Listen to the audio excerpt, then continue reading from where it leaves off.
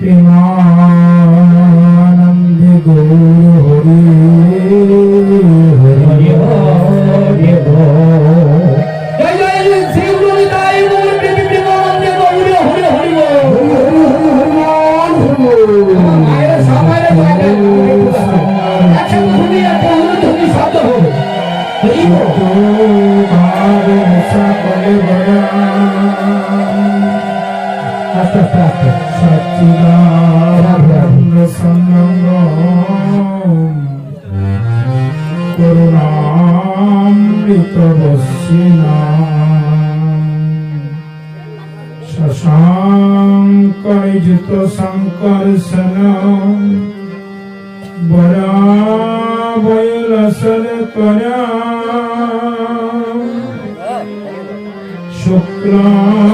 शुक्लांबरधरम शुक्लमल्लयनुलेपना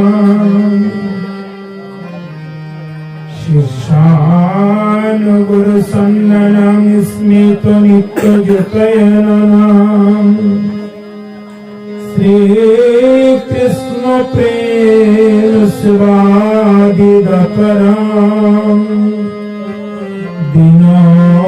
दीनपालकं समस्त मंगलादरं सर्वानंदमयं विभुं दैनं तं परमानन्दमोऽस्मि यस्य प्रसादात् भगवत प्रसादात् যস্য প্রসাদন্ন কোটি কুতপি নস্তমস্তস্য যশস্তি সন্নাং বন্দে গুরু শ্রী চরণারবিন্দ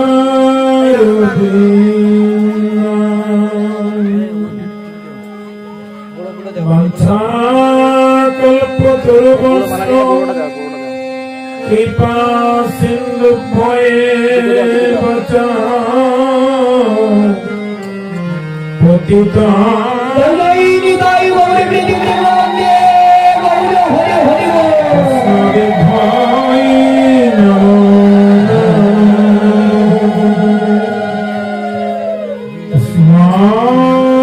পরমাত্মতম শ্রী গুরুদেবী রাতুল চরণ করি স্মরণ যার কৃপাতে অধমের স্বরে নিরন্তর কৃষ্ণ তত্ত্ব স্ফুরণ ভজ শ্রী কৃষ্ণ চৈতন্য প্রভু নিত্যানন্দ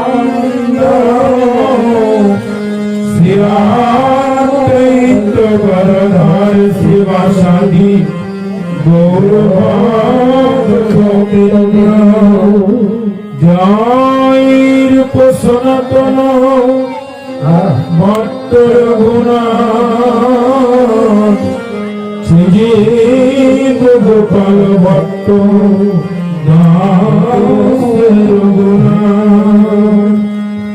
সাই গোসাইর করি আমি চরণ বন্ধন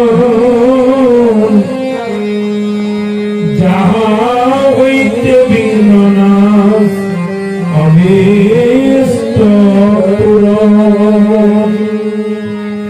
বৃন্দাবন में आइए तो दोनों हाथ ऊपर कर সকলে ही बोलिए हरे कृष्ण कृष्ण कृष्ण हरे हरे हरे राम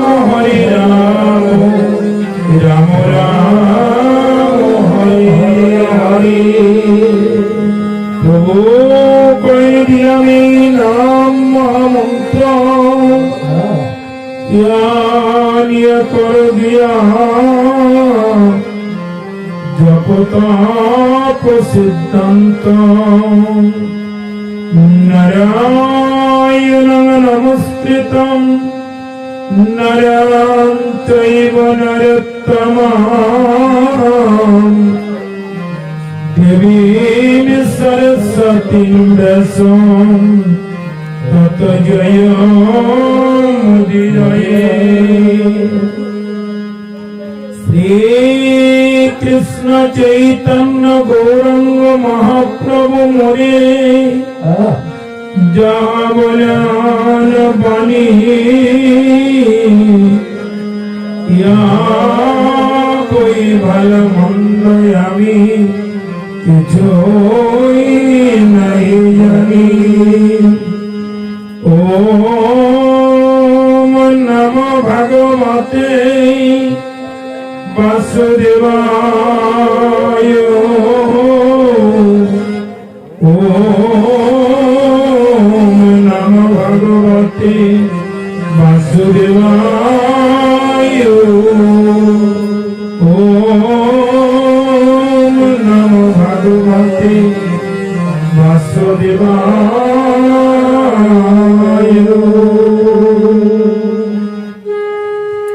৮০ লক্ষ জনের এই দেবতুল্য মনুষ্য জন্ম পেয়ে যারা সুন্দর দুটি চোখ, সুন্দর দুটি পা, সুন্দর দুটি হাত পেয়েছেন, আর সেই পায়ের সেবা দিয়ে সাধু সঙ্গে এসেছেন, আর সুন্দর দুটি চোখ দিয়ে সাধুগুরু বৈষ্ণবকে দর্শন করছেন, আর হাত দোকানাকে সুন্দর করতে যাদের হাত আছে তারা তালি দিয়ে আমার সাথে ১ মিনিট কীর্তন করবেন, আর যাদের হাত নেই তাদের তালি না দিলেও চলবে। তবে লাভটা কি হবে মা? এর পরের জন্মে আবার একটা জন্ম পাবেন, শ্রীগাল কুকুর ব্যাঘ্র হয়ে সেই জন্মে আর হাতে তালি দিতে হবে না। এই জন্য সুন্দর জন্মে জন্মকাল সার্থক করতে আসুন না। এই যে হাত নিয়ে গোবিন্দের চরণ প্রান্তে ফিরে যাব, এই হাতখানা সপাল করে যেন যে জন্মে যায়, আর যেন ওই শ্রীগাল কুকুর ব্যাঘ্র হরিণ এগুলো না হতে হয়। নন্দ দুলাল ঘন শ্যাম ব্রজের গোপাল ঘন শ্যাম। নন্দ দুলাল ঘন শ্যাম ব্রজের গোপাল ঘন শ্যাম।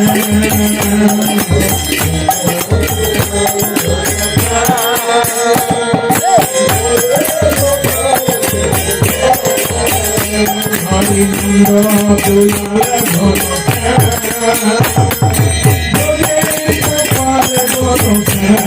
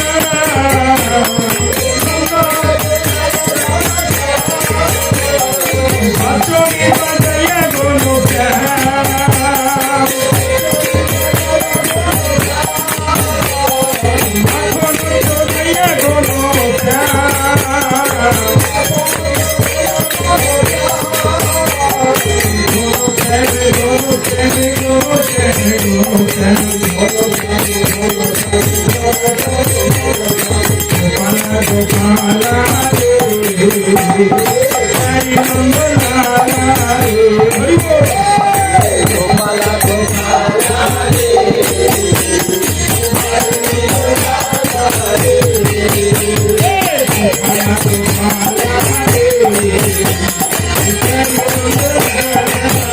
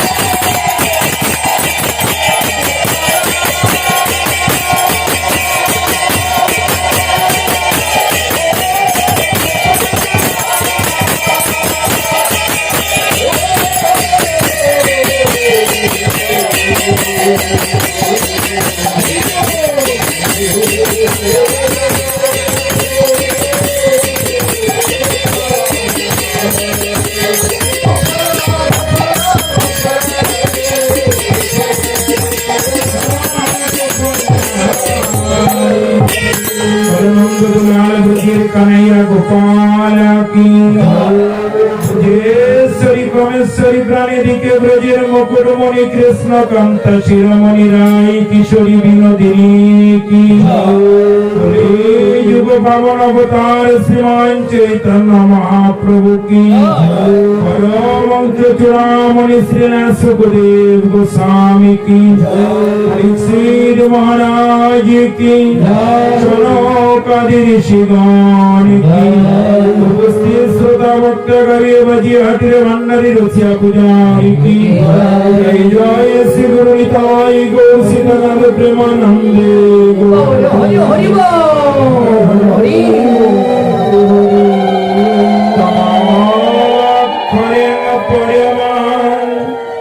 वेदितया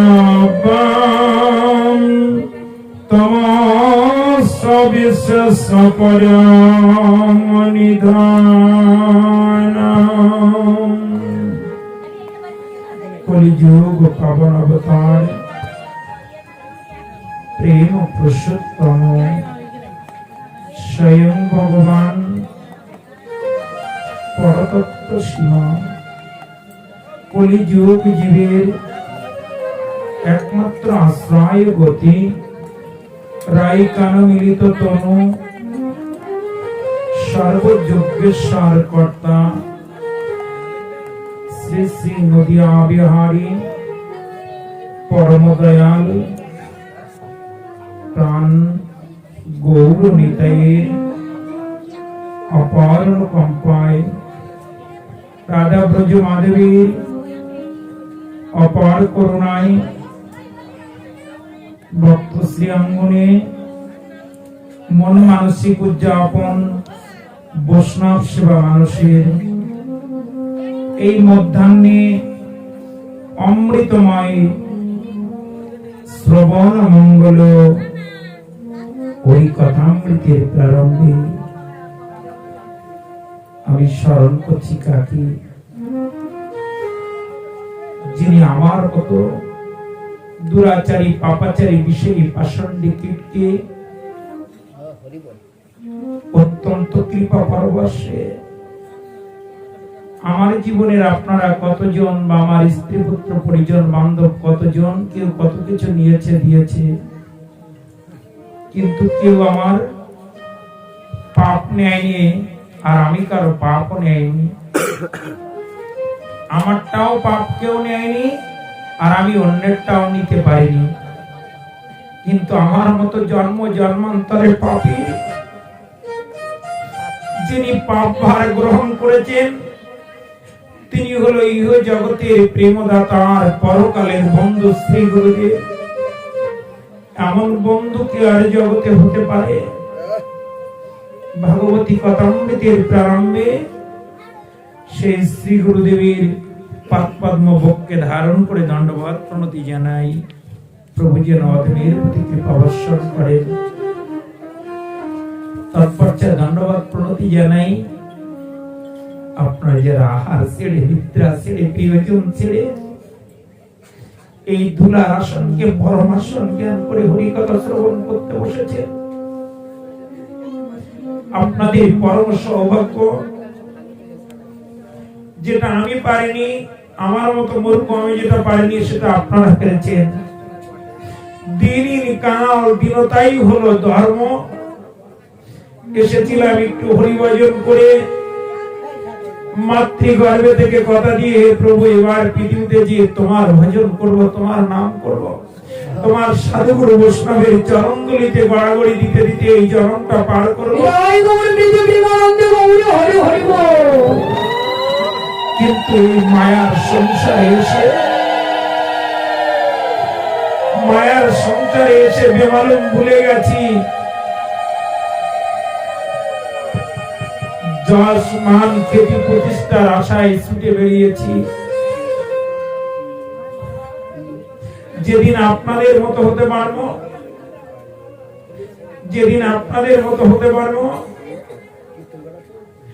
কেমন হতে পারবো? আপনার যেমন এই স্পৃশ্য দেহখানা নিয়ে ওই সাধুগুরু বৈষ্ণবের পাশে এসে বসতে পেরেছে, কিন্তু আমার মতো মূর্খ উপরে উঠে বসেছি। এই জায়গায় থেকে হয় না বাবা। আম কোড়াতে গিয়ে যদি আম গাছের মাথায় উঠে বসি, তাহলে আম পাবে কারা? যারা গাছতলায় থাকবে তারা। ঝড় হয়েছে, আম করতে গিয়ে যদি গাছের মাথায় উঠে আম গাছ নাড়া দিই, তাহলে যারা নিচে আছে তারাই পায় আম, উপরে বসে আম পাওয়া যায় না। এটি দীনতার ধর্ম। যত দিনহীন কাঙাল হয়ে ভক্তের চরণদুলিতে এসে বসা যায়, যদি ওই ভক্তের চরণদুলিতে স্পৃশ্য দেহখানা অবগ্রহণ করা যায়, অনন্ত জন্মের পাপ দ্রবিত হয়, যেটি উপরে বসে কখনো হয় না।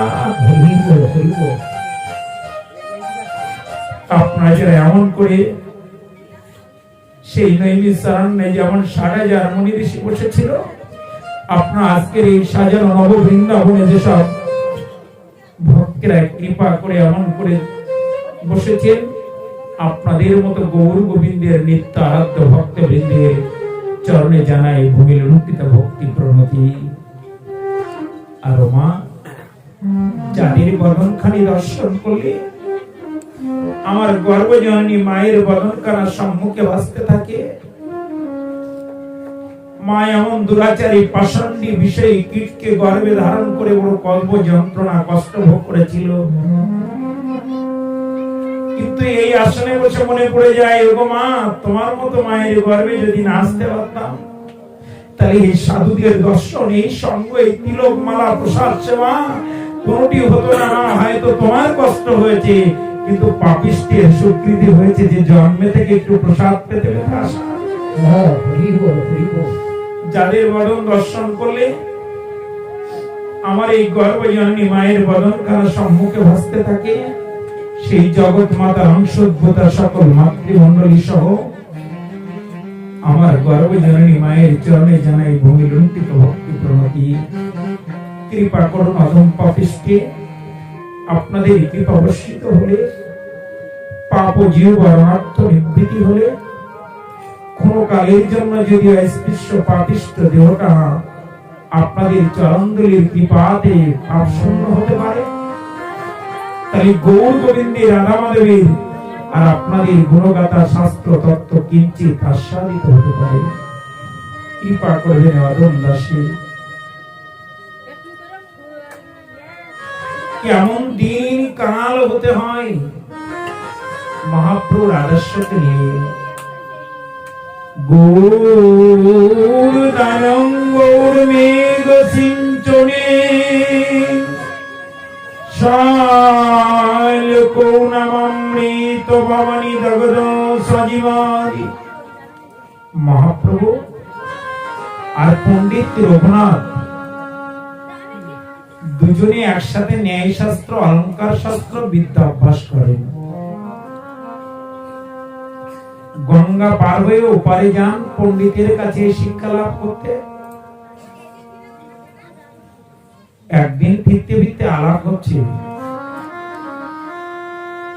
জানো ওগো নিমাই, মহাপ্রভুকে ডেকে বলছেন রঘুনাথ, ওগো নিমাই, জানো আমি শুধু ন্যায় অলঙ্কার শাস্ত্র পড়াশোনা করি না, আমি নিজেও একখানা ন্যায় অলঙ্কার শাস্ত্র রচনা করছি, যা আমার মতো ন্যায় শাস্ত্রের পণ্ডিত আর বিশ্ব ব্রহ্মাণ্ডে কেউ থাকবে না। মহাপ্রভু হাত জোড় করে সরস্বতী যার চরণের দাস, সেই মহাপ্রভু হাত জোর করে বলছেন, ওগো পণ্ডিত রঘুনাথ, জানো আমি স্বল্প বুদ্ধিতে একখানা ন্যায়শাস্ত্র আমিও রচনা করে বসেছি। রঘুনাথ বলছেন, ওগো নিমাই, তুমি স্বল্প বুদ্ধিতে আবার কি ন্যায়শাস্ত্র রচনা করবে? কাল পাঠে আসার সময় তোমার শাস্ত্রখানা নিয়ে এসো তো, দেখি আমার শাস্ত্রের সাথে তালি করে দেখবো যে কোনটি সুন্দর হয়েছে। মহাপ্রভু কি করলেন? পরদিন পাটে যাত্রা করার সময় নিজের ন্যায়শাস্ত্রখানা কাছে করে নিয়ে নিলেন। যখন পার হচ্ছেন তখন পণ্ডিত রঘুনাথ বলছে, দাও নিমাই, স্বল্প বুদ্ধিতে কি লিখেছো দেখি। হ্যাঁ, সরস্বতী যার চরণের দাস, সে কিনা স্বল্প বুদ্ধিতে লিখেছে। কত দীনতা গো মহাপ্রভু! কি করেছেন রঘুনাথ? মহাপ্রভু ন্যায়শাস্ত্রখানা নিয়ে যখন খেলিয়েছেন, প্রথম চরণটা দর্শন করে নয়ন জলে ভেসে যাচ্ছে।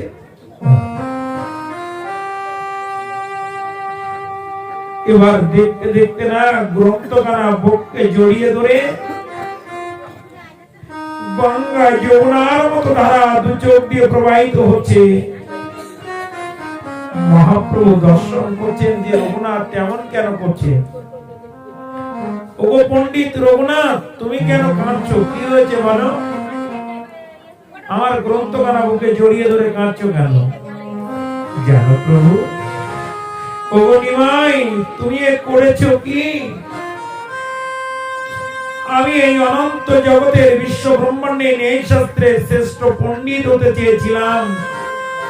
ওগো নিমাই, পণ্ডিত হওয়া তো দূরের কথা, তুমি যে ন্যায় শাস্ত্রের গ্রন্থ রচনা করেছ, আমি সমস্ত গ্রন্থে যা লিখেছি তোমার এক চরণের ভিতরে সমস্ত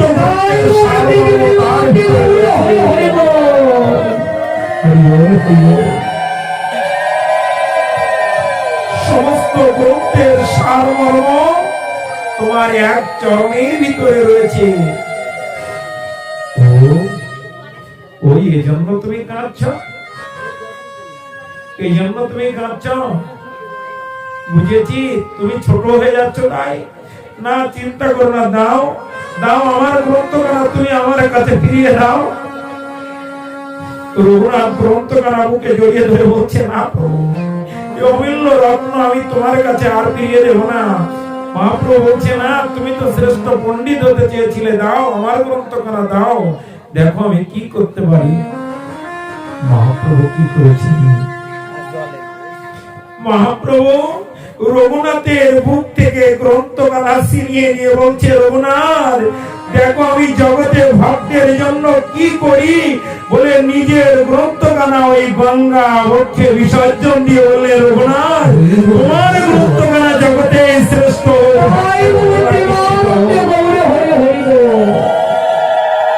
তোমার গ্রন্থ জগতে শ্রেষ্ঠ হয়ে আমার ভক্তের মহিমা কীর্তিত হোক। এই না হলে ধর্ম, এই না হলে দীনতা। এই দীনতা যার, দীনবন্ধু তার, দীনতা নেই যার, দীনবন্ধু নেই তার। কিন্তু আজ বড় সমস্যা সৃষ্টি হয়েছে কি জানেন? আমার মতো মূর্খ যদি দুদিন একটু কীর্তন করতে শিখি, দেখবেন আমি একটা দল করে বসেছি, আমি আর তোমার সঙ্গে থাকবো না। আমি যদি একটু পাঠ করতে শিখি, আর থাকবো না, আমি আলাদা একটা পাঠ করে বসি।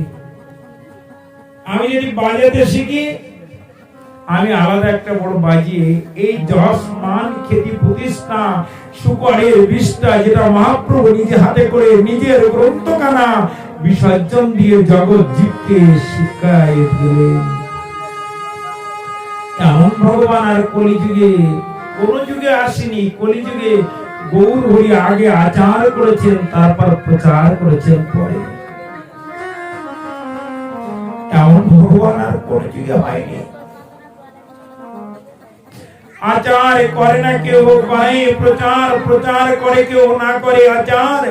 আচার প্রচার করো দুটি সমান কার্য, তবে হবে তুমি প্রচারের আচার্য। প্রচার প্রচুর পাওয়া যায়, কিন্তু আচার দেখি না। আচার প্রচার দুটি সমান হতে হবে। দিনহীন কাঙাল হতে হবে, দীনতায় নিচতায় হীনতায় শিকার হতে হবে, তবেই হবে সার্থক, তবেই হবে আমাদের ভজনের ক্রিয়া। জায়গায় বৈষ্ণব সেবা মাহাত্ম্য অনুষ্ঠান, এই জন্য বৈষ্ণব সেবা মাহাত্ম্যের আস্বাদন আমরা করব। যে বাসনা নিয়ে আজ পণ্য কুটিরের সাধুগুরু বৈষ্ণব থেকে সেবার আয়োজন করেছে,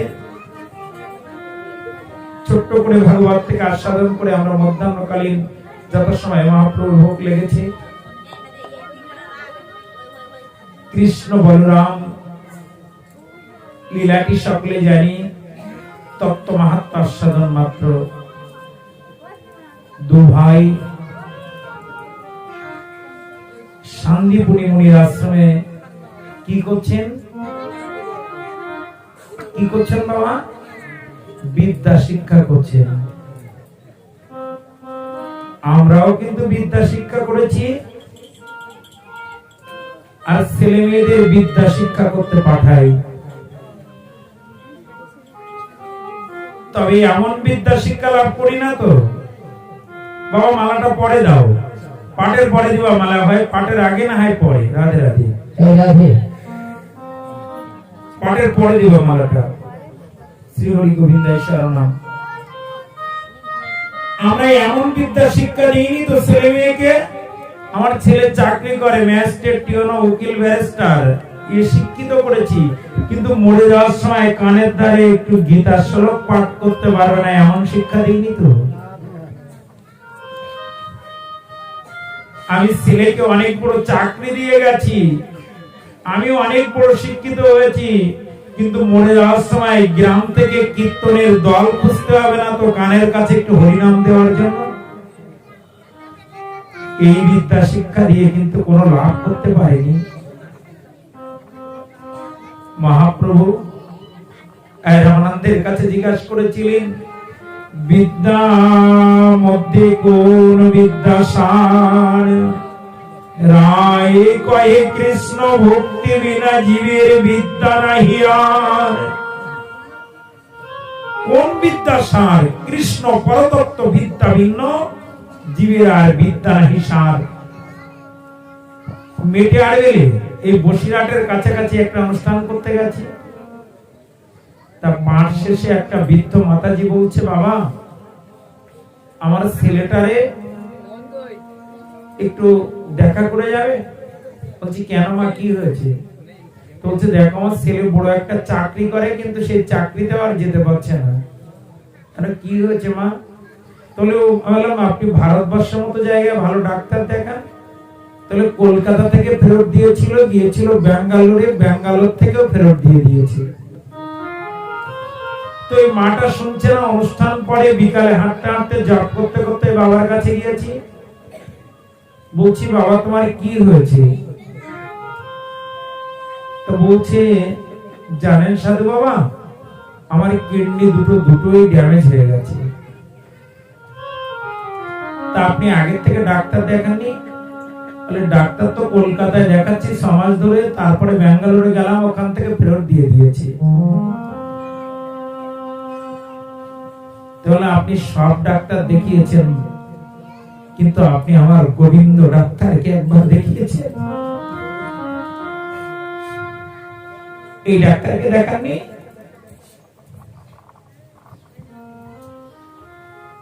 তো বলছি উনি চিকিৎসা করে।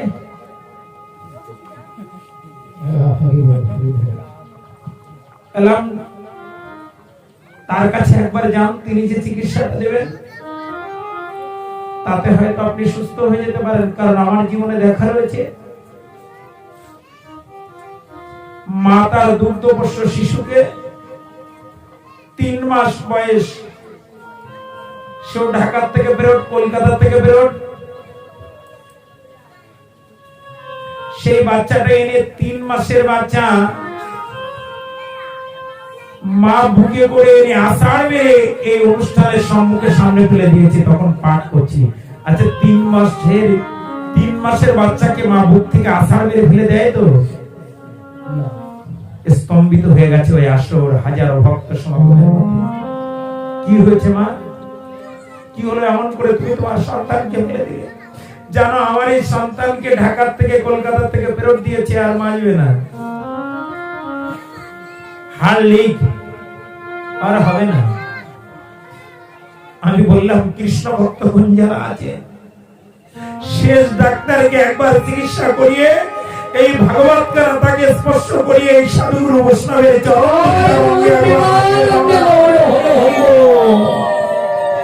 ওই সাধুগুরু বৈষ্ণবের চরণগুলি তার অঙ্গে দিয়ে ভাগবতের একটু তুলসী প্রসাদ তার বদলে দিয়ে দেওয়া হলো। একদিনও আর ওষুধ না, সে মেয়েটা এখন 7-এ পড়ছে। সেই বাবাটাকে বললাম, বাবা তুমি নিত্য একটু তুলসীতে জল দাও, যতদিন আছে হরিনাম জপ করো, আর ভরসা হারিও না। গীতা গ্রন্থকে আশ্রয় করে তুমি কালকে আবার ডাক্তারের কাছে যাও। সে একটা কিডনি শেষ করেছে, কিন্তু এখন শুদ্ধ পরম বৈষ্ণব হয়েছে। আমরা সব ডাক্তারের কাছে যাই, কিন্তু প্রকৃত ডাক্তারকে চিনি না। ডাক্তার ঔষধ দিতে পারে, ডাক্তার অপারেশন করতে পারে, কিন্তু প্রকৃত ডাক্তার আমার স্বামী জনার্দন বাঁশিওয়ালা ছাড়া কাউকে কারো রক্ষা করার ক্ষমতা নাই। এই জন্য আসুন এই কৃষ্ণ পরতত্ত্বের শিক্ষা একটি সন্তান আদিদেরকে দিয়ে যায়।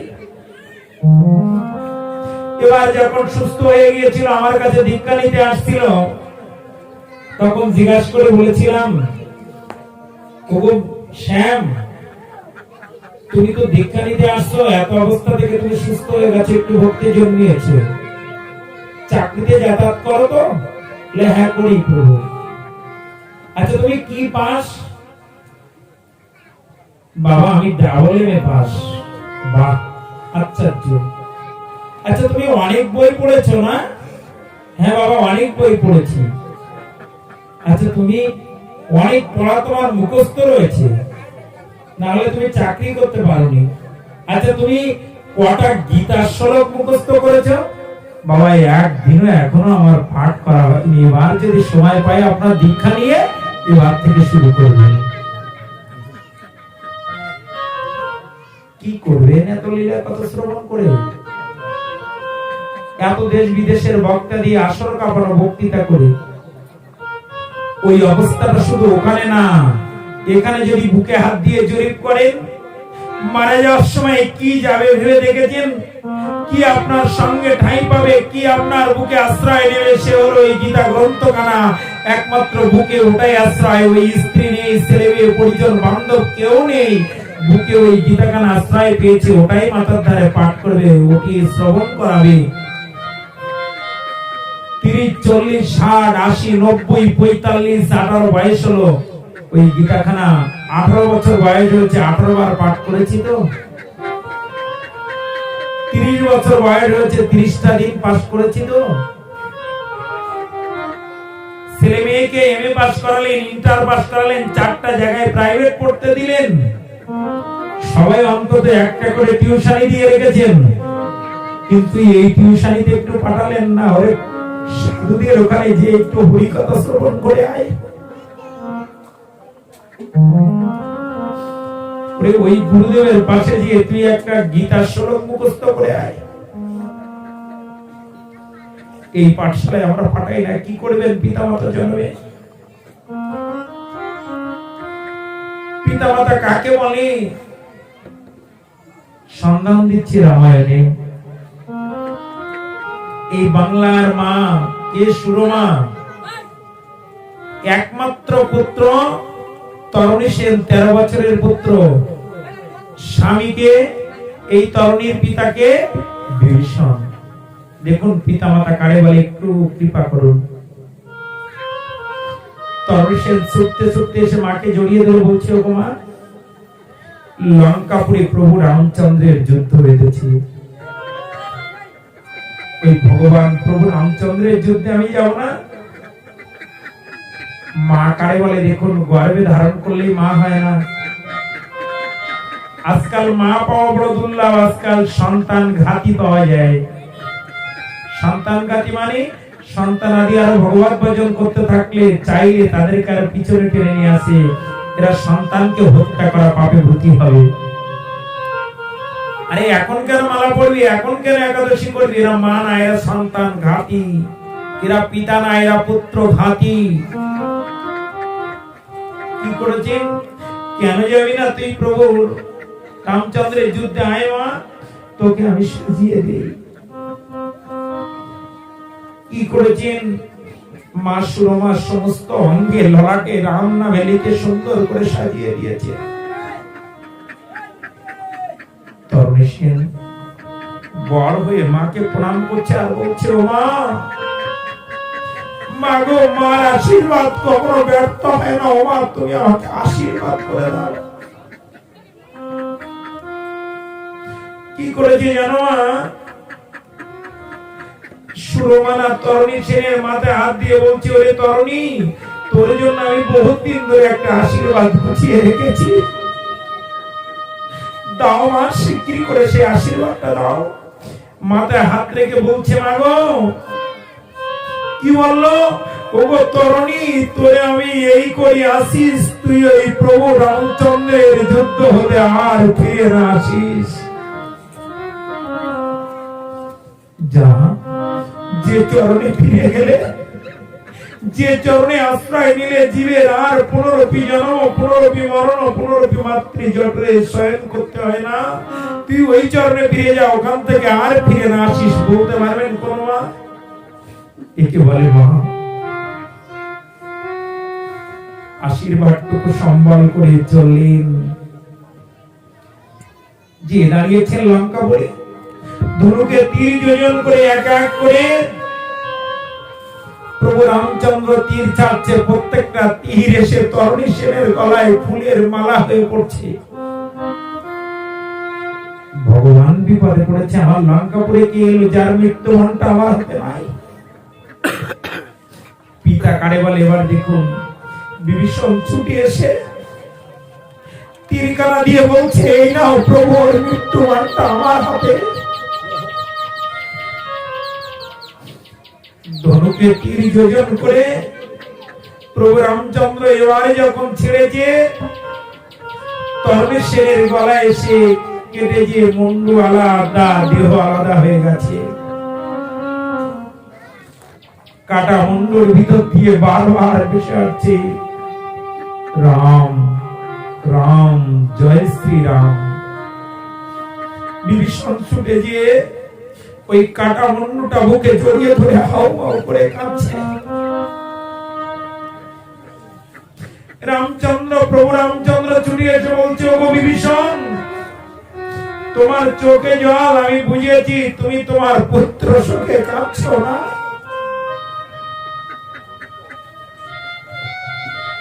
বিভীষণ বলছে, না প্রভু, আমি এই সুখ সাগরে বেঁচে বেঁচে কাঁদছি যে আমার ঔরাজ্যত পুত্র হয়ে আমার আগেই তোমার চরণ পেয়ে গেল,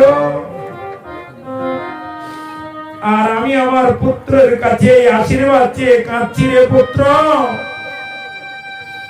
তুই যেমন অন্তিমে প্রভুর নাম জপ করতে করতে কাটা মুন্ডুটাও নিয়ে সেই চরণ প্রাপ্তি লাভ করছিস, তুই পুত্র হয়ে পিতার জন্য আশীর্বাদ এমন করে আমি অন্তিমে প্রভুর নাম করতে করতে ওই চরণে পৌঁছে যেতে পারি। আর আমরা কেমন পিতা মাতা হয়েছি জানেন? আমি একাদশী করব, ছেলে মেয়ে যা পারে করুক। আমি দামোদর ব্রত থাকবো, ছেলে মেয়ে যা পারে করুক। আমি প্রসাদ বুঝি হয়েছি, ছেলে মেয়ে যা পারে করুক। আরে আপনার একাদশী করার আগে আপনার ছেলে মেয়েকে করানো দরকার ছিল। আপনি দামোদর ব্রত করার আগে আপনার ছেলেকে দামোদর ব্রত, মেয়েকে দামোদর ব্রত করানো উচিত ছিল। আপনি বৃন্দাবনে যাওয়ার আগে আপনার ছেলে মেয়েকে পাঠানো উচিত ছিল। কেন জানেন? আর হিরণ্যকশিপু কত কত বাধা দিয়েছে হরিভজন না করার জন্য, কিন্তু প্রহ্লাদের মতো পুত্রের জন্য সে ভগবানের চরণ প্রাপ্তি লাভ করেছে। একটা কৃষ্ণ ভক্তের সন্তান যদি কোনো ঘরে থাকে, হরিভজন অপেক্ষা রাখে না। উপরে 7 পুরুষ, নিচে 7 পুরুষ, নিঃসন্দেহে 14 পুরুষ গোবিন্দের শ্রী চরণ প্রান্তে পৌঁছে যাবে। হরি বল, হরি বল। তাই একটা কৃষ্ণ ভক্তির সন্তান করে যাওয়া। এই জন্য কৃষ্ণ বলরাম শুধু শিক্ষা নেননি, কোথায় শিক্ষা নিয়েছেন? গুরুকুলে যে কৃষ্ণ পরতত্ত্ব শিক্ষা। কার কাছে যে? একটা ম্যাজিস্ট্রেট টিয়ন উকিলের কাছে যে, শান্তিপুনি মুনির কাছে যে, দেখো গো আমি কোথায় এসে শিক্ষা লাভ করছি। এগুলো হলো সব শিক্ষা। ঠিক সে সময়ে অগভাগা মার পুত্র শান্তিপুনি মুনি কাছে যাবে বলে কি করেছে গো? সুদামা বিপ্র মা ভগবানের সেবা দেওয়ার জন্য কি রন্ধন প্রস্তুত করছে, পিছনে দাঁড়িয়ে আঁচলখানা ধরে বলছে, মা গো এই বয়সে সবাই তো বিদ্যা লাভ করতে যায়, আমি যাব না? কেন যাবি না? অবশ্যই যাবি। তবে শোন, তুই না তোর এই অভাগা মার কথাটা মনে করে আবার কিন্তু বাড়ি ফিরে আসিস। তবে যাবি? আয় বাবা, নারায়ণকে প্রণাম করে যা। কি শিক্ষা! এটি শুধু লীলা নয়, এগুলো আমরা ছেলে মেয়েকে স্কুলে যাওয়ার সময় বলে দেই, বাবা সাবধানে যাস, দেখে শুনে যাস, এটা বলে দিই। কোন মা বাবার ছেলে মেয়ে যদি খুলনাতে, ঢাকাতে, যশোরে, সাতক্ষীরায়, শ্যামনগরে থেকে পড়াশোনা করে, আমরা ফোন করে বলি রাত্রেবেলা বাইরে থাকিস না, সাবধানে থাকিস, তাড়াতাড়ি করে ঘরে ফিরিস। স্কুলে যাওয়ার সময় ছোট বাচ্চাটার বলি বাম সাইড দিয়ে যাস। আচ্ছা, আপনার সাবধান করা হয়েছে তো, সাবধান যিনি করবেন শ্রী ভগবান, তাকে একবার স্মরণ করিয়ে দিলেন না, সাবধানে রাখবে কে? আপনার ছেলে খুলনাতে আছে, আপনি তার পাশে নেই, তাড়াতাড়ি করে ঘরে ফিরতে বললেন। আচ্ছা, তাড়াতাড়ি করে ঘরে ফিরতে গিয়ে যদি তার অ্যাক্সিডেন্ট হয়ে মৃত্যু হয়ে যায়, কিন্তু আপনি যদি একটু বলতেন, বাবা তুই তাড়াতাড়ি করে ঘরে ফিরে একটু গীতা পাঠ করে তারপর পড়তে বসিস, তুই কাল সকালবেলা না স্নান করে একটু তুলসীতে জল দান করিস, আমি তোর সঙ্গে নেই, বাবা তুই একটু ঠাকুর ঘরে প্রণাম করিস, এই মা বাবা কবে পাবো গো? আমি অনেক জায়গায় ঘুরতে ফিরতে এই 32টা বসন্ত কাটিয়ে এই প্রান্ত থেকে ও প্রান্ত ঘুরে ফিরে দেখি কি জানেন, ছোট ছোট বাচ্চার পিছনে মারা বাবারা লাঠি নিয়ে দৌড়ায়। আরে স্কুলে যাবি না? প্রাইভেটে যাবি না? প্রাইভেটে যেতে হবে, চল, শাসন করছে। কিন্তু একটা দিন আরে গানের ক্লাস রয়েছে, শহরগুলো যে দেখি বকে, আর্টের ক্লাস রয়েছে, নৃত্যের ক্লাস রয়েছে, প্র্যাকটিস কর। কিন্তু একটা মা বাবাকে বলতে শুনি না, আরে ঠাকুর ঘরে প্রণাম করে পড়তে হয়, গীতা ভাগবত পাঠ করে পড়তে হয়, তোর গুরু প্রদত্ত মন্ত্রগুলো জপ করে পড়তে হয়। আর এই গুরু প্রদত্ত মন্ত্র সন্তানাদিকে জপ করতে বলা তো দূরের কথা, আমরা মা বাবারাই অনেকে এই মন্ত্রগুলো জপ করি না। যারা মন্ত্র দীক্ষা গ্রহণ করেছেন উচিত ত্রিসন্ধ্যাকাল এই মন্ত্র জপ করা। যদি না পারে দিনে একবার রাতে একবার জপ করা, তাও যদি না পারে তাহলে ত্রিসন্ধ্যাকালের ভিতরে অন্তত দিনান্তে একটি বার হলেও গুরু প্রদত্ত মন্ত্রগুলো জপ করা। কিন্তু যারা এই দীক্ষা গ্রহণ করে মন্ত্র জপ করেন না, মৃত্যুর পরে এই মন্ত্র এই সর্প হয়ে তাকে আঘাত করে নরকে ফেলবে। মনে করছেন সদ্গুরু চরণ আশ্রয় করেছি সব হয়ে গেছে। না, ভালো একটা স্কুলে ভর্তি হয়েছেন, পড়াশোনা যদি না করে তাহলে কিন্তু পাস করতে পারবেন না। এই জন্য করে একটু ভজন করা দরকার, গুরু প্রদত্ত মন্ত্রগুলো জপ করা দরকার। কি হলো, এবার না ঠাকুর ঘরে প্রণাম করে বলিয়ে দিল, তুই পথে যেতে যেতে নারায়ণকে স্মরণ করতে করতে যাবি, নারায়ণের নাম করতে করতে যাবি, তাহলে নারায়ণ তোকে ঠিক ঠিক করে সুন্দর করে তোকে জায়গায় পৌঁছে দেবে। কি সুন্দর শিক্ষা! আমরা যারা ছেলে মেয়েকে বাইরে যখন বের করে দেব, তখন বলে দেব তুই ভগবানের নাম করতে করতে যাস। নিজের কথা ভাগবত আসনে বসে বলতে নেই, ছোট্ট একটু বলি। আমার ছোট্ট সোনামণি রায়ের যখন 2.5 বছর বয়স, এখনো 4 আপ করেছে। 2.5 বছর যখন বয়স, কেশবব্রত পালন করছে বৈশাখ মাস, তো ওর মা ওকে অভ্যাস করিয়েছে নিত্য মাস স্নান করে এসে তুলসীতে জল না দান করে কোনো কিছু খেতে নাই।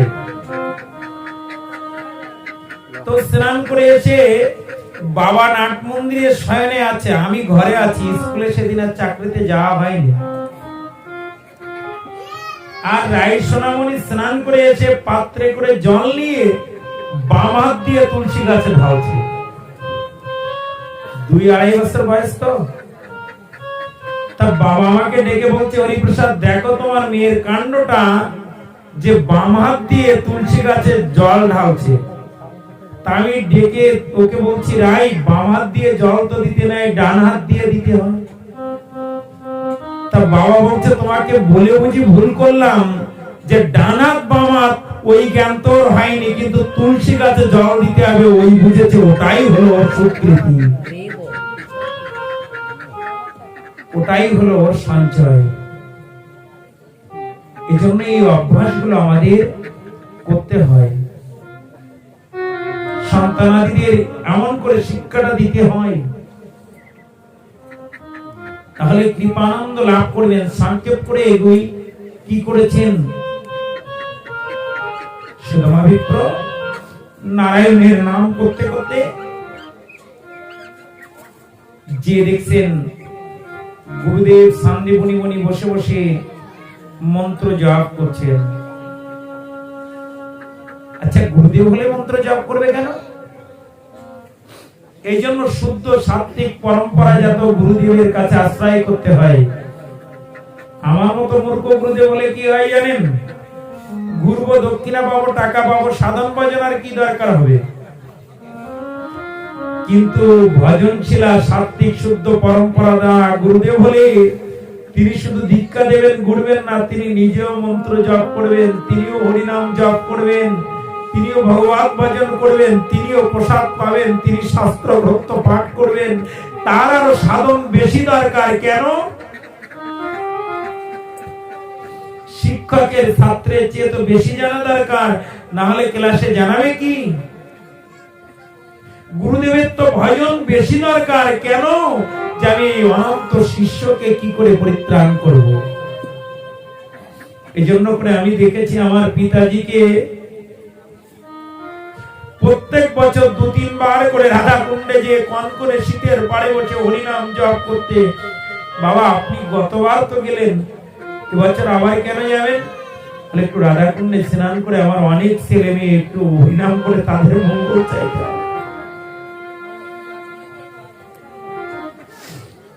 প্রভু এমন করে মঙ্গল প্রার্থনা করতেন, যেন সাধন ছিলা তত্ত্ব পরমদর্শী গুরুদেবের চরণ আশ্রয় কৃপা লাভ চাই। কি করেছেন? এবারে গুরুদেব ধ্যান ভঙ্গ শেষে দেখছেন, কে রে বালক তুই? কি তোর নাম? কি তোর পরিচয়? কোথায় তোর বাবা? তোর পিতার নাম কি? কোথায় তোর মা? শুধু কাঁদছে, কি পরিচয় দেব? বাবা তো নাই, অভাগা মা। আমি পরিচয় দিলে আমার চরণে ঠাঁই দেবে তো? চারটা গৌরব যদি আমরা করি, ভগবানের কাছে যেতে পারবো না। কিসের গৌরব? বংশের গৌরব, রূপের গৌরব, বিদ্যার গৌরব আর অর্থের গৌরব। আমি চ্যাটার্জি, ভট্টাচার্য, ব্যানার্জি, জর্দার, বংশের লোক। এই বংশের গৌরব করে যে আমি ব্রাহ্মণ কুলে, আমি গুরুদেবের ছেলে, আমি আর হরিভজন কি করব? এই যদি বলি তাহলে নরকে যেতে হবে। রূপের গৌরব, ও বাবা আমি কি সুন্দর দেখতে, জানো? সবাই আমাকে কত ভালোবাসে। হরিভজন আর কি, আমাকে কতজন কত ভালোবাসে। কিন্তু এই রূপ কত দূর যাবে? যেদিন বাঁশের দোলাতে দোলাতে দোলাতে নিয়ে যাবে শ্মশান ঘাটে পর্যন্ত, তারপরে তো পুড়িয়ে দেবে। রূপের গৌরব, বিদ্যার গৌরব। আমি ম্যাজিস্ট্রেট, উকিল, আমি চাকরি করি, আমি ডাবল এমএ পাস, আমি আবার হরিভজন কি করব? এই যদি গৌরব হয় তাহলে নরকে যেতে হবে। আর কি গৌরব? অর্থবিত্ত, আমার অনেক জমি আছে, অনেক টাকা পয়সা আছে, আমি হরিভজন করবো? সাধুদের সঙ্গে যে ধুলায় বসতে আমি ওতে কেন বলবো? এই গৌরব যদি হয় তাহলে সে ভগবানের কাছে যেতে পারবে না।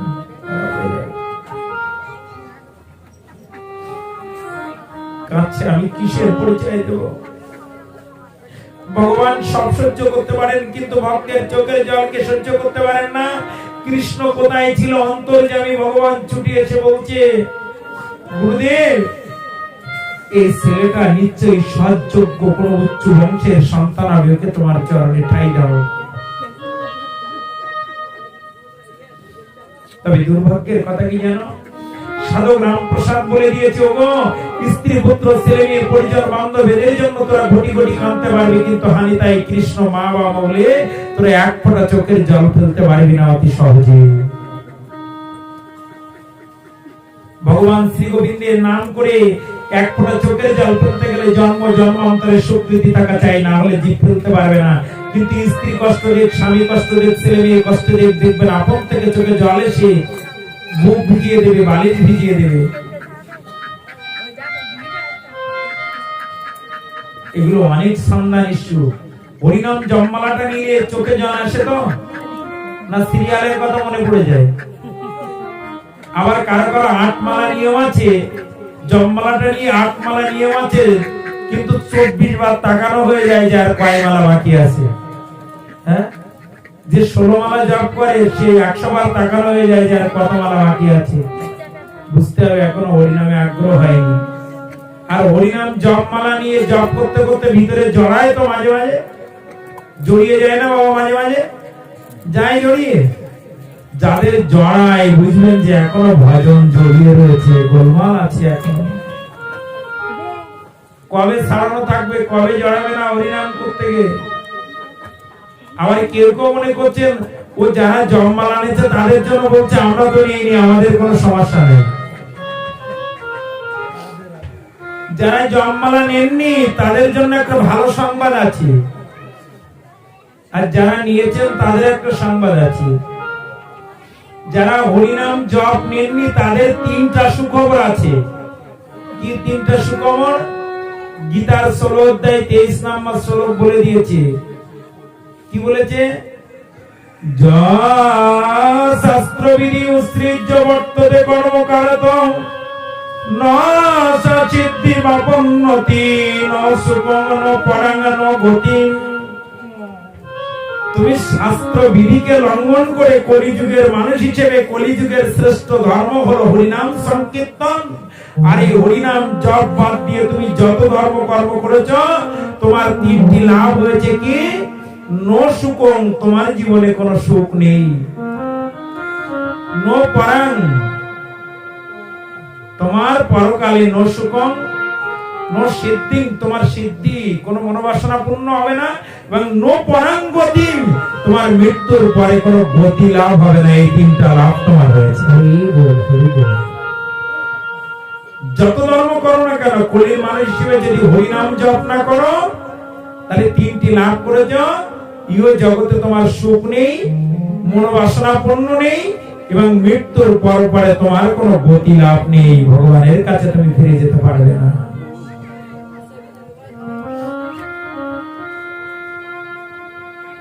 আর যারা হরিনাম জপ করেছেন, সন্ধান জানুন আর না জানুন, ভগবান শ্রী গোবিন্দের ঘরে ঢোকার মতো একটা প্রবেশ পত্র গুছিয়েছেন। পরীক্ষায় পাস করবেন কি করবেন না সেটা পরে, ভালো মানের একটা পরীক্ষা দিতে গেলে দেখবেন অ্যাডমিট কার্ড ছাড়া আপনার হলে ঢুকতে দিয়ে যাবে না। আপনি কলম এনেছেন, অ্যাডমিট কার্ড আছে, রুলার এনেছেন, এটা দেখবে না, কিন্তু অ্যাডমিট কার্ড যদি না থাকে ভিতরে ঢুকতে দেবে বাবা? ঢুকতে দেবে না। তো তুমি কলির মানুষ হিসেবে যদি ভগবান শ্রী গোবিন্দের ঘরে ঢুকতে চাও, তাহলে হরে নাম হরে নাম ওইব কেবলম কলো নাস্তে নাস্তে নাস্তে গতিরন্যথা। এই হরিনাম ছাড়া তোমার ভিতরে ঢোকার, কলিযুগের উদ্ধারের, পরিত্রাণের উপায় নাই নাই নাই। এজন্য একাগ্র চিত্তে হরিনাম জপে ব্রতী হওয়াটা একান্ত প্রয়োজন। সবাইকে এগিয়ে গিয়ে বসে অপারকে বসতে দেবেন। কেউ যদি হরি কথাতে এসে শুধুমাত্র কাউকে একটু বসার সুযোগ করে দেয়, বৃন্দাবনে গিরিরাজ হেঁটে হেঁটে পরিক্রমা করলে যে ফল লাভ হয়, তদ মুহূর্তে সেই ফল লাভ হয়। বলো রাধে রাধে রাধে রাধে। সবাই একটু এগিয়ে গিয়ে বসে, পিছনে যে ভক্তরা আসছে একটু বসতে দেবেন। আর আমি অল্প কিছুক্ষণের ভিতরে বিশ্রাম করব, কারণ আমার যদিও অনেক দূর দূরান্তে ছুটে গেলেও আপনাদের চরণ প্রান্তে আসা হয় খুব কম। আবার দ্রুত করে আমার ছাড়তে হবে, কারণ মধ্যাহ্ন ভোগ রাগ রয়েছে। আবার বিকালে একটি, সন্ধ্যাকালে বৃহৎ অনেক বড় একটি বৈষ্ণব সম্মেলনের, শ্যাম মনোহর দাস বাবাজি গুরুদেবের সম্মেলন ওই বামিয়াতে, বাহাদুর বাড়ি বামিয়া, ওখানে মন্দিরে একটি বৃহৎ পাঠ রাখতে অনেক অনেক বড় ভক্ত সমাগম। খুলনা বিভাগে এত ভক্ত সমাগম আর কোথাও হয় না, যেখানে আজ সন্ধ্যায় পাঠ। এই জন্য করে দ্রুত বিশ্রাম করতে হবে। তা চলুন কৃষ্ণের কথাতে শান্তিপুরী মুনি কি করলেন? সুদামা বিপ্রকে চরণে ঠাঁই দিলেন।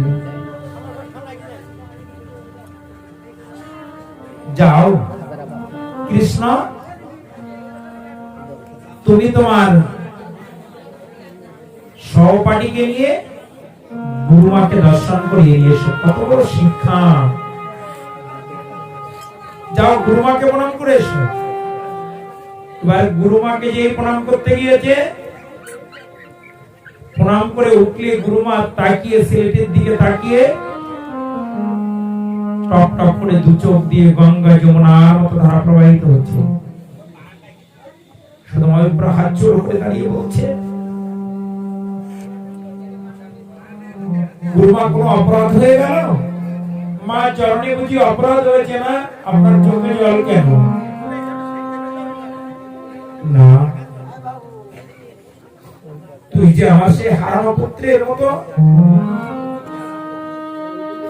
মানে গুরুমার একটি পুত্র আগে জলে ডুবে মারা গিয়েছিল, সেই পুত্রের ফেসের সাথে যেন কিছুটা মিল পেয়েছে, তাই চমকে উঠেছে সেই পুত্রের কথাটি মনে করে। আয় বাবা, কাছে আয়। ছুটে আসছে, জড়িয়ে ধরে বলছি, তুই একবার মা বলে ডাক। ও ডাক দিয়েছে, মা। শীতল হয়ে গেল বক্ষখানে। তুই কথা দে আমাকে, ধরে বল, কোনদিন আর এই গুরু আশ্রম থেকে বাইরে যাবি না। গুরুমার আদর সোহাগে বর্ধিত হয়ে বলছে, না গুরুমা, এই অঙ্গন ছেড়ে আর কোনদিন আমি বাইরে যাব না। এই তো কথা দেওয়া হয়ে গেল। একটা দুটা দিন বিদ্যা অভ্যাস চলছে। ওর বারবার ভিতরে কুড়িয়ে কুড়িয়ে খাচ্ছে কি জানেন? আমার মা আমাকে ধরে বলেছিল, তোর বিদ্যা অভ্যাস শেষ হয়ে গেলে তুই তাড়াতাড়ি করে আমার কাছে ফিরে আসিস। তোর দিকে তাকিয়ে কিন্তু আমি বসে থাকবো, তুই তো আমার একমাত্র পুত্র। কিন্তু হায় হায়, আমি কি করেছি? আমি তো গুরুমাকে কথা দিয়েছি, এই অঙ্গন ছেড়ে আমি কোথাও যাব না। এই বিপদে পড়ে ও গোয়াল ঘরের কোনায় গিয়ে বসে বসে কাঁদছে। আমি গুরুমাকে কথা দিয়েছি, এই অঙ্গন ছেড়ে যাব না। আবার মাকে বলে এসেছি, আমার বিদ্যা অভ্যাস শেষ হলে আমি তাড়াতাড়ি মার কাছে ফিরে যাব। ভগবান কৃষ্ণচন্দ্র বুঝতে পারছে যে সুদামা ওখানে বসে কাঁদছে। তিনি তো সর্বান্তর্যামী, সর্বকারণের কারণ। যদুনন্দন কৃষ্ণ কানাইয়া পাশে গিয়ে কাঁধে হাত রেখে বলছে, বন্ধু, তোমার চোখে জল, কি আমাকে বন্ধু বললে? আমি কৃষ্ণ, তুমি আমাকে বন্ধু বললে? আমি একটা অনাথিনী ভিখারি ঘরের ছেলে। কৃষ্ণ বলছে, কারা আমার বন্ধু হয় জানো? যারা সদ্গুরুর চরণাশ্রয় করে, যারা সদ্গুরুর চরণাশ্রয় করে ভগবান গুরু গোবিন্দের কথা চিন্তা করতে করতে দুপুরা চোখের জল ফেলে, তারাই হয় আমার প্রকৃত বন্ধু।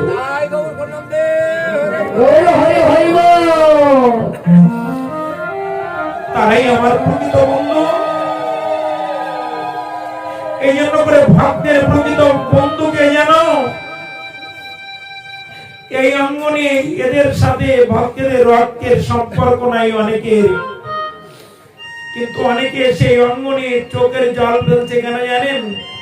বলে এরা যে কৃষ্ণ ভক্ত, ভক্তের সেবা দেওয়ার জন্য আয়োজন করেছে, এরাই আমার প্রকৃত ভক্ত। এর চেয়ে পরম জন আর জগতে নাই, এর চেয়ে বন্ধু আর জগতে হতে পারে না। এরাই প্রকৃত বন্ধু। এবার কি করলে? তুমি বন্ধু বলে আমাকে মেনে নিয়েছো? কৃষ্ণ বলছে, হ্যাঁ নিয়েছি। এবার কৃষ্ণ এই সুযোগে বলছে, দেখো, তুমি তো আমাকে বাজিয়ে নিলে, আমি তোমাকে একটু বাজিয়ে নেব। তুমি বন্ধু বলে আমাকে মেনে নিয়েছো তো? কেন নেব না? তুমি যদি আমার প্রকৃত বন্ধু হবে, তাহলে আমার একটা আদেশ তোমাকে পালন করতে হবে। বন্ধু তো বন্ধুর সুখে দুঃখের জন্য।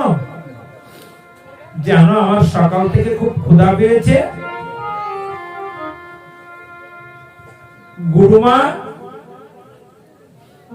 খুব সুন্দর করে নাড়ু তৈরি করে রন্ধনশালায় শিখাতে রেখে দিয়েছে।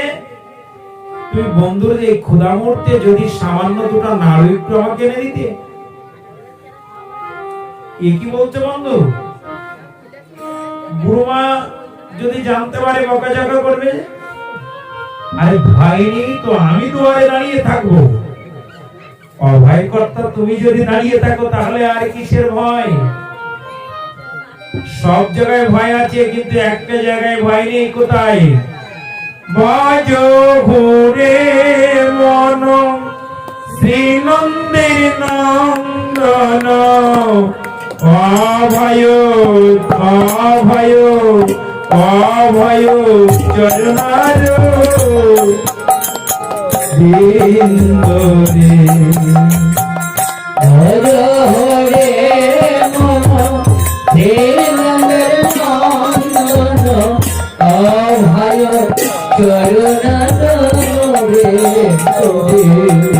একমাত্র অভয় চরণ হলো এই গোবিন্দ চরণ, আর সব চরণে ভয় আছে। কৃষ্ণচন্দ্র দ্বারে এসে দাঁড়িয়েছে। ভগবান কত ভক্তের পরীক্ষা নেন। এই জন্য করে দেখবেন অনেকে মাঝে মাঝে বলে বসেন, এত ভগবানকে ডাকছি, এত কেঁদে কেঁদে বলি, তবু আমার বাড়িতে অসুস্থতা যায় না, দুঃখ ছাড়ায় না। আপনি যত কাঁদবেন ভগবান তত দুঃখ দিয়ে আপনাকে আরো পরীক্ষা করতে চায়। কুন্তী দেবী এজন্য তো বলেছে, এ ভগবান বারে বারে আমি যেন পড়ি এমন ভীষণ বিপদে, এ বিপদ সন্তত ভগবান, আমি যদি বড় বড় বিপদে পড়ি তাহলে তোমাকে বারবার আমি ডাকতে পাবো, তোমাকে চোখের দেখা দেখতে পাবো। এই জন্য কৃষ্ণ ভক্ত এমন করে বড় বড় বিপদ চায় যেন ভগবানকে ঠিক ঠিক করে ডাকতে পারে। অর্থবিত্ত বিষয় সম্পত্তি গাড়ি বাড়ি চাই না প্রভু, যেন তোমাকে একটু সেবা পূজা করতে পারি।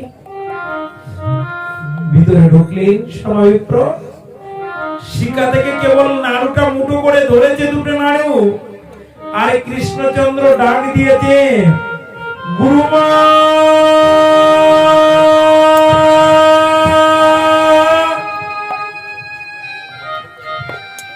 কিরে কৃষ্ণ, দেখো তোমার নাড়ু চুরি করে কে খায় আর তুমি কাকে দোষ দাও? একই আকাশ থেকে বজ্রাঘাতের মতো গুরুমা ছুটে গিয়ে যখন সুদামার হাতখানা ধরেছে, ডানাতে নাড়ু আমার ধরা, কাঁদছে আর বলছে, কৃষ্ণ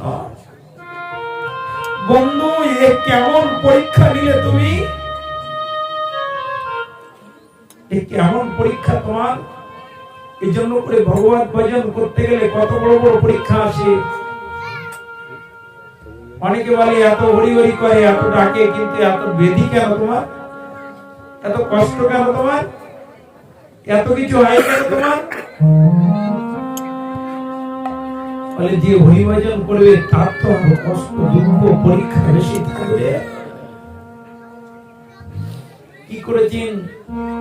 গুরু বলছে, তোকে এমন আদর করে বুকে ঠাঁই দিয়েছিলাম, তুই গুরুকুলে এসে গুরুকুলে আশ্রয় নিয়ে তুই চুরি করা শিখেছিস, যা আর গুরুকুলে তো থাকা হবে না, যা বের হয়ে যা। গুরুমার প্রতি রাগ করলেন না। আমার মতো মূর্খ হলে গুরুমা বের করে দিয়েছে, তাই কি কত গুরুমা কত গুরুদেব রয়েছে, চলে গেলাম, আবার আইতে আইতে দীক্ষা নেব। গুরুর শাসন যারা মানে না তারা শিষ্য হতে পারবে না। গুরুর শাসন মানতে হয়। আজকাল শিষ্যদের বলি হারি, সন্তটাকে গুরুমা বলছে বারান্দায় নিচে গিয়ে বসো, কটমট করে চলে এসে নিচে এসে বলছে, যদি কোনোদিন উপরে উঠতে পারি তাহলে বসবো, আর উপরে যে কারো বাড়বে ও সব কটা নিচে না হবে। হ্যাঁ বলো না, তাই করুন আমার যায়নি। সনাতন দেখিয়েছে, যার সময় বড় কষ্ট হচ্ছে বৃন্দাবনে যেতে, নদীতে গায়ের কম্বলটা মাথায় দিয়ে একটু বালিশ করে ঘুমাচ্ছে। তখন না নদীতে স্নান করতে গিয়ে মার হাত ধরে ছোট বাচ্চা সোনামণি বলছে, ওমা দেখো একটা সাধু মরে আছে। হ্যাঁ, একটা সাধু মরে আছে। সাধুকে যে পাশ মারা দিয়ে বলছে, তখন ওর মা বলছে, আরে মরে নেই, দেখ মাথায় কি বালিশ করে শুয়ে আছে। তখন ওই ছোট্ট বাচ্চা বলছে, সাধু হলে কি হবে, এখনো আরাম যায়নি, বালির পরে শুয়েছে কিন্তু মাথায় আবার বালিশ করেছে। তখন সনাতন কি করেছে জানো? সনাতন গোস্বামী মাথার থেকে কম্বলখানা নিয়ে ছোট্ট বাচ্চা এরকম কথা বললো, আরাম যায়নি, নদীতে ছুঁড়ে ফেলে দিয়েছে। এবার নদীতে যে ছুঁড়ে ফেলে দিয়েছে, ছোট্ট ওই সোনামণি বলছে মার হাত ধরে, দেখো মা এখনো সাধুর ক্রোধ যায়নি। সনাতন বললেন, তুই আমার পরম গুরু হলি, কেন জানিস? তোর ভিতর দিয়ে শিখলাম যে সাধুর বড় আরাম, বড় ক্রোধ থাকলে সাধু হওয়া যায় না। কি শিক্ষা গো পুঁথি পড়তে পড়তে। এই জন্য করে সাধু সেবায় গিয়েছি, আমার একটা ভালো জায়গায় বসতে দিল না, রাগ করতে নেই। ওদের বেগুন ভাজা দিয়েছে, আমার দিল না, রাগ করতে নেই। প্রসাদ তো পেয়েছি, চেষ্টা করতে এটা দিয়ে এই না যে এদের বেশি করে দাও, সমান করে দেওয়ার চেষ্টা করতে হয়। কিন্তু প্রসাদ পেয়েছি, এতটুকু সন্তুষ্ট থাকতে হয়। চেষ্টা করবেন সবাইকে সমান করে দেওয়ার, যেন সেবা প্রাণ না হয়ে যায়। ক্রোধ করতে নেই, ক্রোধকে ত্যাগ করতে হয়। ওদেরকে বলি, ওদেরকে ভালোবাসি কেন জানেন? ওরা আমার প্রাণের সঙ্গে, আমার সঙ্গে সর্বক্ষণ সময় দেয়। কি হয়েছে এবার না, প্রণাম জানিয়ে গুরুমাকে নাড়ু দুটো নিয়ে যাত্রা করে নদীর পাশে এসে বক্ষ শুকিয়ে যাচ্ছে, তৃষ্ণায় চৌচি, ক্ষুধা পেয়েছে, নাড়ু একটি যেই বদনে দিয়েছে, কৃষ্ণচন্দ্র ছুটতে ছুটতে পিছনে গিয়ে দাঁড়িয়েছেন। যে বলছে, বন্ধু, বন্ধুর জন্য নাড়ু আনলে বন্ধুরে দেবে না? না, তুমি আমাকে চোর সাজিয়েছে, এই নাড়ু তোমাকে আমি কোনো মতেই দেব না বলে গালে দিয়ে দিয়েছে। কৃষ্ণচন্দ্র হাতে জল নিয়ে বলছে কি, তুমি যদি নাড়ু আমাকে কোনো কিছু কোনোদিন নেই, নাড়ু যদি আমাকে না দাও, শুধুমাত্র বলছে দেওয়া তো দূরের কথা, গালে দেওয়াই হয়ে গেছে। বলছে দিলে না তো, তাহলে তোমাকে আমি জীবনে কোনোদিন কোনো কিছু দেব না, দেব না, দেব না। শুধুমাত্র হাতে জল তুলে বলছে, আমি তোমার কাছে কোনোদিন কোনো কিছু তোমার কাছ থেকে নেব না, নেব না, নেব না। এদিকে ভক্ত শুধুমাত্র প্রতিজ্ঞা করেছে, এদিকে ভগবান কৃষ্ণচন্দ্র প্রতিজ্ঞা করেছে। বলুন তো কার প্রতিজ্ঞা রক্ষা হবে? ভগবানও প্রতিজ্ঞা করেছে, ভক্তও প্রতিজ্ঞা করেছে। ভক্তের প্রতিজ্ঞা রক্ষা হবে। সংক্ষেপ করলাম, দেখতে দেখতে অনেক কাল কেটে গেল। সুধমাবিপ্রের সংসার হলো। স্ত্রী বসুন্ধরা অনেক কষ্ট, অনেক ভিক্ষা করে সংসার, অনেক কথা। বিকালে অনেক দূরে 2-3 নদী পার হয়ে পাঠে, তো এই জন্য ওই মন নদীকে টানছে। এবার কি করেছেন? তাড়াতাড়ি করে না আপনার ভিক্ষা করতে বের হয়ে গেছেন। সুধমাবিপ্র যে ঘরে যায় সে ঘরে আজ আর কিচ্ছু দেয় না। নগরে প্রত্যেকদিন ভিক্ষা, তো প্রত্যেকদিন দিতে দিতে আজ বলছে ভাগ যায়, কোন ঘরে কিচ্ছু মেলেনি। ঘরে ফেরার সময় কি করেছে জানেন? একটা পাত্রে করে একটু জল নিয়েছে, স্ত্রীকে বলছে আজকে ভিক্ষা মিলেছে, এই জল, এই রাধামাধবকে এই সেবা দাও। কি করেছে? এরাই সহধর্মিনী। কখন বলি, প্রকৃত সহধর্মিনীর প্রথম লক্ষণ হলো সংসারে যা থাকবে তাতেই সে তুষ্ট থাকবে, যা আছে ঘরে তাতেই সুখী থাকবে। কিন্তু আজকাল ঘরে সহধর্মিনী কেমন জানো? ওদের ঘরে কালার টিভি, আমার ঘরে কবে আসবে? হ্যাঁ, ওদের ঘরে ফিরে যাচ্ছে, আমাদের নিয়ে আসতে পারবো না। এরকম সংসার করে কি হয়? আবার কখনো কটমট করে চলে উঠে বলে এই আনতে ওই নেই, এমন করে সংসার করা চলে না, এই থাকলে এই চললাম, আর আসবো না। কত চিত্র! বউ, স্ত্রী, সহধর্মিনী, সহমর্মিতা, এগুলো অনেক সুন্দর ব্যাখ্যা ভাগবতে দিয়েছে। যে সময় কালিয়ানাগ দমনের তত্ত্ব ব্যাখ্যা করতে গিয়েছে, ওখানে টিকা দিয়ে অনেক সুন্দর ব্যাখ্যা রয়েছে। যাক, সময়ের দিকে লক্ষ্য করে যেতে পারলাম না। কি করলো এবার? না ওই জলটুকু নিয়ে সন্তুষ্ট হয়ে এক পাতা তুলসী দিয়ে নিবেদন করে বলছি, গোবিন্দ তুমি কৃপা করে গ্রহণ করো। যে ঘরে এমন করে কিচ্ছু জোটে না, সে ঘরে গোবিন্দ তুমি থাকবে। কত বিশ্বাস ভরসা দেখেছেন? যেখানে কোনো কিছু জোটেনি সেখানে তুমি থাকবে এই জল খাওয়ার জন্য। তো প্রার্থনা করে বলি কি জানো গোবিন্দ, আমি আমার পতি দেবতা স্বামীর কাছে শ্রবণ করেছি দ্বারকা রাজা তুমি, আর তুমি নাকি আমার স্বামীর বন্ধু। তা যিনি দ্বারকা রাজা হয় তার বন্ধুর ঘরে এমন অভাব যে শুধু জল ছাড়া ভগবান খেতে দেওয়ার মতো কিছু নেই। ভগবান কি করলেন? ভগবান গর্জীয়মান হয়ে এবার আর বিক্র রূপে নয়, এবার আবির্ভূত হয়ে বলছেন, ওগো জানো আমার বন্ধু বড় অভিমানী, অভিমান ত্যাগ করে আমার কাছে কিছু চাইতে পারছে না, কিন্তু আমি আমার প্রতিজ্ঞা ভঙ্গ করে এসে বলছি আমার বন্ধুকে আমার কাছে পাঠিয়ে দাও, আমি তাকে সর্বস্ব সব দান করে দেব। কি করলেন? ছুটে এসে বলছে, ওগো প্রভু জানো তোমার বন্ধু আজ এসে, তোমার বন্ধু এসে বলেছে তোমাকে যেতে, তুমি শিগগির করে যাও, তোমাকে সব কানায় কানায় ভরিয়ে দেবে। তুমি যেতে বলছো, বন্ধু এসেছিল, যেতে বলছো আমি যাবো, তা বন্ধু তো আমার কাছে কিছু খেতে চেয়েছিল, সেদিন নাড়ু দিতে পারিনি, আজ কিছু না নিয়ে কি বন্ধুর কাছে যেতে পারবো? বলে রাখো, অপেক্ষা করো। দুয়ার থেকে ভিক্ষা করে কয়েক ঘর ঘুরে সামান্য খুদ পেলেন, তাই রন্ধন করেছেন, সেদ্ধ করেছেন, একটু লবণ চিনি জুটে আচ্ছা তা খাওয়া যায় তো? তবু ভক্তি প্রেম দিয়ে সুন্দর করে নাড়ু করেছে। দেবে কিসে করে? পরিধান করা সেই বস্ত্র কেটে ধৌত করে তা শুকিয়ে তাতে দিয়েছেন এক পাতা তুলসী দিয়ে। কেন তুলসী দিয়েছেন? 56 ভোগ আর 36 ব্যঞ্জন বিনা তুলসী প্রভু এক নাই মানি। যাচ্ছেন যেতে যেতে না, যেতে যেতে বড় কষ্ট করে যাচ্ছেন। এদিকে ভগবান দ্বারকানাথ কৃষ্ণচন্দ্র বসে রয়েছেন। ভগবান দ্বারকানাথ বসে আছেন, যে কি করেছেন, সুদামা বিপ্র যেতে যেতে পথে পড়ে গিয়েছেন। কৃষ্ণচন্দ্র কেঁপে উঠেছে। রুক্মিণী সত্যমা বলছে, প্রভু এ কি, তুমি কম্পিত হচ্ছ কেন? জানো আমার চরণে বড় আঘাত লেগেছে। প্রভু তুমি তো বসে রয়েছে রাজ দরবারে, কেন তোমার চরণে আঘাত?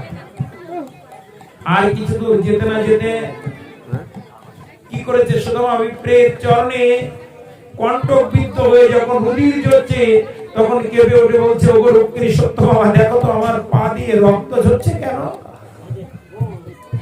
তাকিয়ে দেখতে সত্যি বলতে ওই চরণ থেকে রুধির রক্ত বাইর হচ্ছে। কি প্রভু, তুমি রাজ সিংহাসনে বসে আছো, তোমার চরণ দিয়ে কেন রুধির ঝরছে? জানো আমার ভক্তের রঙে আঘাত লাগলে, এই আঘাত সম্পূর্ণ লাগে আমার অঙ্গে। কি করলেন? এবার না যখন দুয়ারে এসেছেন, পাহারাদার কি করছেন, এমন ভিখারিকে রাজ দরবারে ভিতরে যেতে দেবে না, লীলাটি সকলেই জানি। যখন প্রহার করছে কৃষ্ণচন্দ্র, ওই রাজ সিংহাসন থেকে নেমে ধুলায় গড়াগড়ি যাচ্ছে আর বলছে কি, পরে আমার বন্ধুর গায়ের এই ব্যথা আমি সহ্য করতে পারছি না। এই বলতে বলতে ছুটে এসে কি করলেন, বন্ধুকে জড়িয়ে ধরলেন। সবাই দেখে বিস্মিত হলেন। প্রহরীরা ভিতরে নিয়ে যে কি করেছেন, নিজের আসনে বসতে দিয়েছেন, নিজে হাতে করে চরণ ধৌত করে দিলেন। এবার কি করেছেন, এই তো শিক্ষা। আমরা বৈষ্ণব সেবা দেই, অনেক অনুষ্ঠান করি, কিন্তু যেন কোন ভক্তের চরণ ধৌত থেকে বাদ না পড়ে যায়।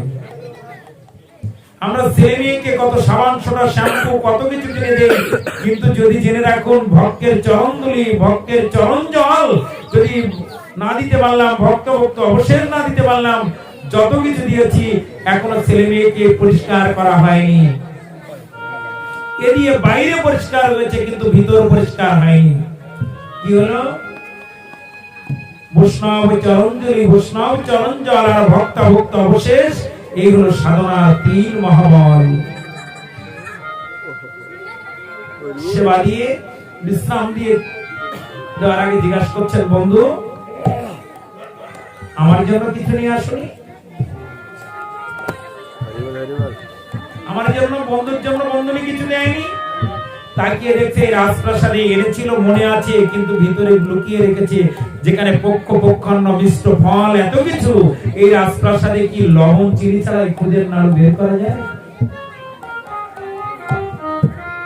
মা যত মন্তব্য দিগম্বর কহবি কমল নীলে বিন্যস্ত হস্ত বিধুত সমাকাশ্যতি চিত্তভিত্তম। ভগবান সব বুঝতে পারছেন, কিন্তু এখন বের করা যাবে না, কষ্ট দেওয়া যাবে না। যখন বিশ্রামে গিয়েছে, চরণ সেবা করতে করতে ঘুমিয়ে গিয়েছে, তখন আস্তে আস্তে হাত থেকে ওই নাড়ুর পুটলিটা বের করে ভগবান শ্রী গোবিন্দ সেবা করছে পরমানন্দে হাস্যোজ্জ্বল বেগে। রুক্মিণী সত্যভামা মাসুদে যে বলছে, ওগো প্রভু, তুমি কি খাচ্ছ লুকিয়ে লুকিয়ে, এত সুখ আনন্দে? জানো আমি জীবনে কত কিছু খেয়েছি, কিন্তু এমন স্বাদের কিছু আমি কোনোদিন পাইনি। আচ্ছা, লবণ চিনি ছাড়া এত স্বাদ হলো কি করে? এই জন্য করে দেখবেন ভক্তরা মাঝে মাঝে বলে, আরে বাড়ি কত ডাল না তো, কিন্তু অনুষ্ঠানের ডালের মতো এত ভালো লাগে না। বাড়ি কত আলু কচুরমুখী রান্না করো, কিন্তু অনুষ্ঠানে দেখো কত ভালো লেগেছিল। কেন ভালো লাগে? বলে বাড়ি ওটা খেয়েছো সাধারণ করে, কিন্তু ওখানে তো ভক্তরা কেঁদে কেঁদে ভগবানকে খাইয়েছে, আর তুমি খেয়েছো ভগবান নিবেদিত প্রসাদ। ওই প্রসাদের স্বাদের সাথে কি জগতের কোনো কিছু তুলনা হয়?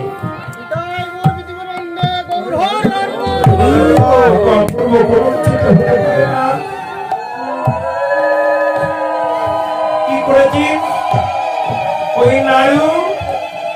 রুক্মিণী সত্যভামা বলছে, প্রভু আমাকে একটু দাও না। নিয়ে দুজনে সেবা করে বলছে, এত অপূর্ব স্বাদের নাড়ু যে বন্ধু নিয়ে আসে, তাকে কেন এমন দিনের ভিখারি কাল করে রেখেছো প্রভু তুমি? আর না রাখবো না। কি করলেন? বিশ্বকর্মাকে দিয়ে সুন্দর রাজপ্রাসাদ সুরমাভিপ্র ভবন তৈরি করে দিলেন ভগবান। এই জন্য করে শেষ কথাটুকু কি বললেন? যে করে আমার আজ, তার করি সর্বনাশ, তবু যে না 5.5 তার করি দাসের অনুদাস। আর আমি ভক্তের কখনো সর্বনাশ করতে চাই না, আমার ভক্তের কখনো অভাব করতে চাই না, কখনো অভাব করতে চাই না। সর্বস্ব যখন আমাকে অর্পণ করে দেয়, তখন আমি সেখানে আরো দ্বিগুণ করে দিই, সেখানে আরো ভরপুর করে দিই। কি করলেন? এবার না সুন্দর রাজপ্রাসাদ করে দিয়ে কৃষ্ণচন্দ্র সুরমাভিপ্রকে বাড়ির কাছে রেখে চলে গেলেন। সংক্ষেপ করে দিলাম, বাড়ি চিনতে পারছে না, সবার কাছে জেনে নিলেন। এবার বলছে আমার বাড়ি এই। ঢুকতে গিয়ে দেখছেন লেখা সুরমাভিপ্র ভবন। ঢুকলেন ভয়ে ভয়ে, দেখছে বসুন্ধরা বের হয়ে আসছে, রাজ রানী অলঙ্কারে সজ্জিত। এ কি তুমি এত সুন্দর সাজসজ্জায় কি করে হলে ওঠি? আমি জানি না, তুমি যার কাছে গিয়েছো তিনি সবকিছু সাজানোর মালিক, তাই তিনি সাজিয়েছে। আমরা তাকে ভুলে থাকি, তাই আমাদের অভাব হয়। আমরা তাকে ভুলে না থাকলে কখনো আমাদের অভাব হবে না। তাকে ভুলে থাকবো না কখনো, দেখবেন কোনো কষ্ট হচ্ছে না। কৃষ্ণ ভুলি যেই জীবনাদি বৈরব, অতএব মায়া তারে দেয় সংসার দুঃখ। কৃষ্ণকে ভুলে আছি তাই দুঃখ, তাই যন্ত্রণা, তাই জ্বালা। কৃষ্ণকে ভুলে না থাকলে আমার জীবনে দুঃখ নাই। এটা বিশ্বাস করুন, সম্পূর্ণ ভগবান পরিপূর্ণ করে দিলেন। আজকে এই অঙ্গনে যে বাসনা নিয়ে সাধু সেবা দিয়েছে, ভগবান যেন সকলের সুস্থ রাখে। অসুস্থতার মধ্যে দিয়ে মানসিক করেছে, ভগবান সুস্থ করে সাধুগুরু বৈষ্ণব ডেকে সেবা দেবে। ভগবান যেন সকলকে সুস্থ রাখে। শুধু এই পরিবার না, যত ভক্ত দূর দূরান্ত থেকে শ্রবণ ভাবনা উপস্থিত, শুধু তাই না, অনন্ত কোটি জীবের, অনন্ত কোটি বিশ্ব ব্রহ্মাণ্ডের সকলে সুস্থ রেখে যেন ভগবান শ্রী গোবিন্দ ভজনের কৃপা দান করেন। এই প্রার্থনা রেখে আর সময় না, এখানে বিশ্রাম করব। রাধা মাধবের যদি করুণা হয়, তাহলে আপনাদের চরণ প্রান্তে বসে বসে আবার আস্বাদন করব। এ সময়ের মধ্যে যদি আপনাদের চরণে অপরাধী হয়ে থাকি, তাহলে আপনাদের চরণ ধরে ক্ষমা প্রার্থনা।